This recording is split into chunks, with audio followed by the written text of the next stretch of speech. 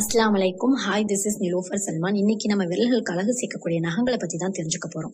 கால் நகங்களை விட கை நகங்கள் சீக்கிரமா வளரக்கூடியதா இருக்குது. முடியில இருக்கிற புரோட்டீன் தான் நகத்திலையும் இருக்குது. குளிர்காலங்களை விட வெயில் காலங்கள்ல தான் நகத்தோட வளர்ச்சிங்கிறது அதிகமானதா இருக்குது. நம்மளோட சராசரியா ஒரு மாதத்திற்கு 3 to 4 மில்லிமீட்டர் வரைக்கும் நகம் வளரக்கூடியதா இருக்குது.